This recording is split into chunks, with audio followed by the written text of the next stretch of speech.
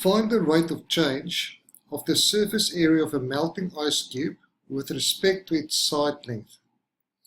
Okay, so we don't have anything, we need to do it. I've got an ice cube.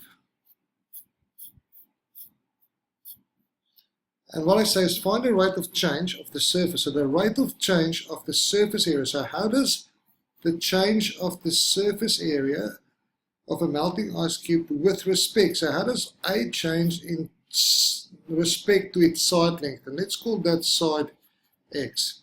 So if that is X, that is what I'm looking for. It's a cube, so that's X and that is X. So let's have a look again. They say find the rate of change. So the rate of change is the derivative of dA in terms of X. So before I do that, I need to first get an equation where A, the area, equals something in terms of X. Okay, so I'm going to write this down so that I know what I'm working towards. So what I'm going to do is I'm going to say what is the surface area of that cube. So the surface area of this cube is going to be X times X. That's going to be X squared, is for one side.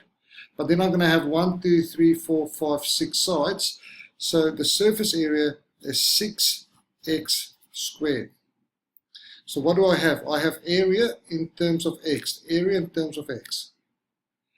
So that's my equation. Doesn't matter how big the X are or how big the X are. Sorry.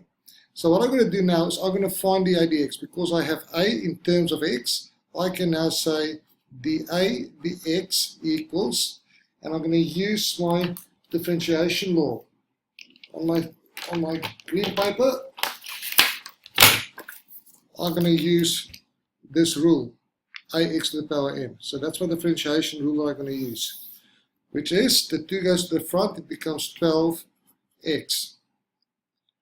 But now they say it is melting, which means that the rate should be negative. And there's no way that we can get that previously. So all I'm going to do, I'm going to say due to melting, dA dx equals negative 12x, and that is because it is getting smaller. Now, what is this? This is the rate of change. The rate of change when? At any time. If we want to know the specific value, so this was A.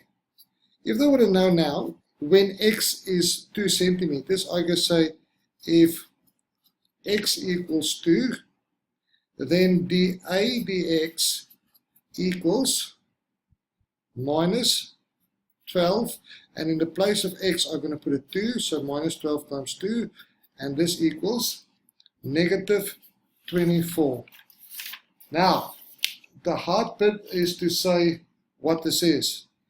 Area is centimeters squared because x was in centimeters, and that's the area is centimeters. Per, that's what the thing says, per, and x, the side length, is also in centimeters, which means centimeters.